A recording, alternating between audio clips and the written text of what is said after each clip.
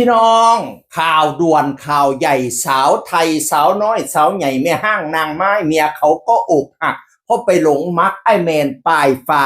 เมื่อไอแมนปลายฟ้าเอาผู้สาวออกมาเปิดเผยสู่สาธารณะผู้สาวทั้งหลายอกหักล่มละเนระนาดโอ้ยรู้ตนชาติเอาเสียละเกินเลย โอ้ยความจริงแล้วว่าเราบ่ได้ปิดได้อ่ำเด้แล้วกะเปิดเผยเป็นธรรมดาแต่ว่าบ่ได้เอามาตั้งโต๊ะแถลงการอะไรทำไมซื่อๆแต่ว่าผู้สาวผู้เนี่ยคบกันมาเป็น10 ปีแล้วเขาผู้คือผู้อยู่เบื้องหลังของความสำเร็จเขาเป็นกำลังใจให้ผมมาตลอดคบกันมาได้10 กว่าปีแล้วพี่น้องเอ๋ยความจริงเขาก็ไปชอบเบิ่งโพสต์เก่าๆแล้วก็เคยเห็นโพสต์แล้วโพสต์เด้ว่าผู้หญิงคนนี้น่ะคบกันมาเป็น10 กว่าปีแล้วเขาเป็นยุคเป็นคือผู้ที่อยู่เบื้องหลังความสำเร็จมาตลอดพะนะว่าชื่อว่าคู่เนยเป็นตาฮักพี่น้องเอ๋ยเรายางก่ายกองคนก็บอกว่าอยากเห็นหน้าคู่เนยว่าซั่นคู่เนยมาแน่ว่าซั่นคู่เนยมาแน่โอ้ยบักเข้ามาล่ะจะแม่นพากันตาฮักคอยเบิ่งแล้วโลกสิเป็นสีชมพูอ่องตองซุมแม่ห้างนั่งหมายสิฮักก็ตามสร้างแต่เข้าไปเบิ่งแล้วโอ้ยจะแม่นข่อยสดใสสดชื่นแม่นกันดูดีคู่เนยกัดเป็นตาฮักน่ะเป็นวาดเว้าวาดจาท่าทางเป็นตาฮักน่ะพี่น้องเอ๋ยแต่ว่าแม่นแล้วบอกว่าเราบ่ได้มักคนสวยเด้แต่ก็ไม่ได้หมายความว่าคู่เนยไม่สวยนะแต่ว่าผมไม่ได้มักคนว่าสวยแบบเพอร์เฟกต์อะไรทำไมที่สุดนะมักแบบคู่เนยนี่ล่ะพี่น้องเอ๋ยอุ้ยคู่เนยเนี่ยเราก็เป็นตาฮักน่ะกิริยาท่าทางบาดเบาผู้ใดไปเบิ่งเข้าไปเบิ่งในต่อเด้ออุ้ยเบิ่งแล้วโลกซุมเจ้าสิสวีทบานแววลูกซุมเจ้าสิมองว่าโอ๊ยความรักทำไมมันสดใสมันล่าเริงรื่นเริงบัดเทิงศิลป์จังซี่มันคือหน้ามีความรักแท้จังซี่นะพี่น้องเอ๋ยแล้วคู่เนยคือสิแม่นเป็นคู่ฟ้อนนำว่าข้อยเห็นคลิปนึงแล้วฟ้อนงามมืออ่อนตีนอ่อนพี่น้องเอ๋ยแล้วบัดนี้เขาก็ถามมาผู้ใดจีบไผก่อนคู่เนยก็สิไปใส่ไอ้แม่นสิไปใส่ไอ้แม่นว่าไอ้แม่นตอนแรกนั้นมาจีบแล้วก็มักส่งขอความมักอะไรทำไมฝากให้หมู่มาแซวฝากให้เพื่อนสนิทมาแซวความจริงนั่นเพื่อนสนิทคู่เนยเนี่ยหลงมักไอ้แม่นก่อนดิแต่ว่าไอ้แม่นน่ะมามักคู่เนย นั่นละพี่น้องเขาก็ถามมาเอาแล้วไอ้แม่นมาเปิดเผยจังซี่บ่ย่านเรตติ้งตกติว่าซั่นว่าบ่ย่านความนิยมมันลดลงติ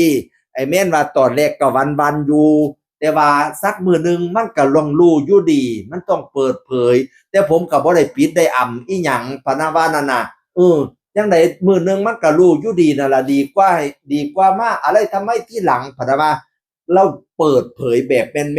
ม่นสมชื่อพี่น้องเอ๋ยบ่คือนักร้องผู้ลางคนเนาะซุมเจ้าได้ยินข่าวบ่นักร้องลางคนน่ะดังแน่ล่ะขนาดแต่งงานก็แต่งแบบอำๆเอาผู้สาวไปคอนเสิร์ตนำก็เสียงไว้ในรถให้ผู้สาวเอาผ้าห่มนวมคลุมไว้จังซี่แหมพี่น้องเอ๋ยว้ายอันนี้บ่แม่นไอ้แม่นเด้อไอ้แม่นเปิดเผยพี่น้องเอ๋ย อย่าเว้าดังอย่าปากไปไอ้ดังเขาสิว่าเว้าพื้นนักร้องผู้ลางคนพี่น้องเอ๋ยนั่นล่ะบัดนี้นี่โอ้ยผู้สาวหลายผู้หลายคนก็เอิกฮักเอิกเลิ่นผู้หลายคนก็ว่าบ่เป็นหยังดอกถึงว่าสิมีแล้วก็ยังฮักคือเก่ายังเชียร์คือเก่ายังชมคือเก่า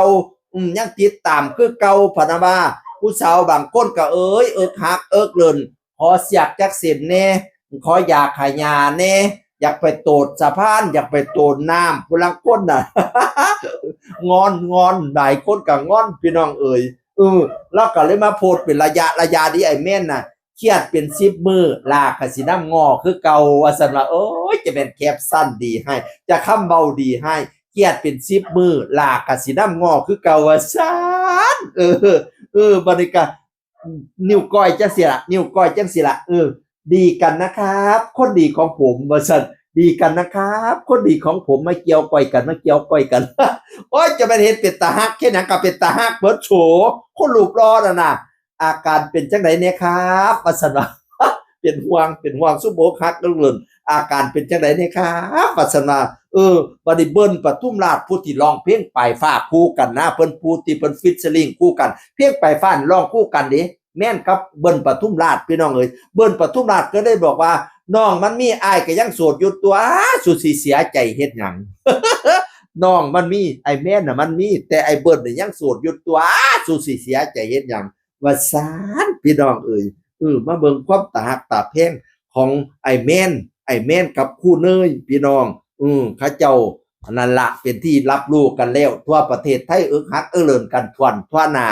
ซุมเจ้าเข้าไปเบิ่งเด้อเข้าไปเบิ่งคลิปได้ต่อโอ้ยซุมเจ้าสิรู้สึกว่าโลกนี้มันสดชื่นโลกนี้มันสีชมพูโลกนี้มันเป็นตาอยู่ความรักมันคือดูดีแท้อะไรประมาณนี้พี่น้องเอ้ยเสียงคนเก่าเว้าสู่ฟังสวัสดีครับ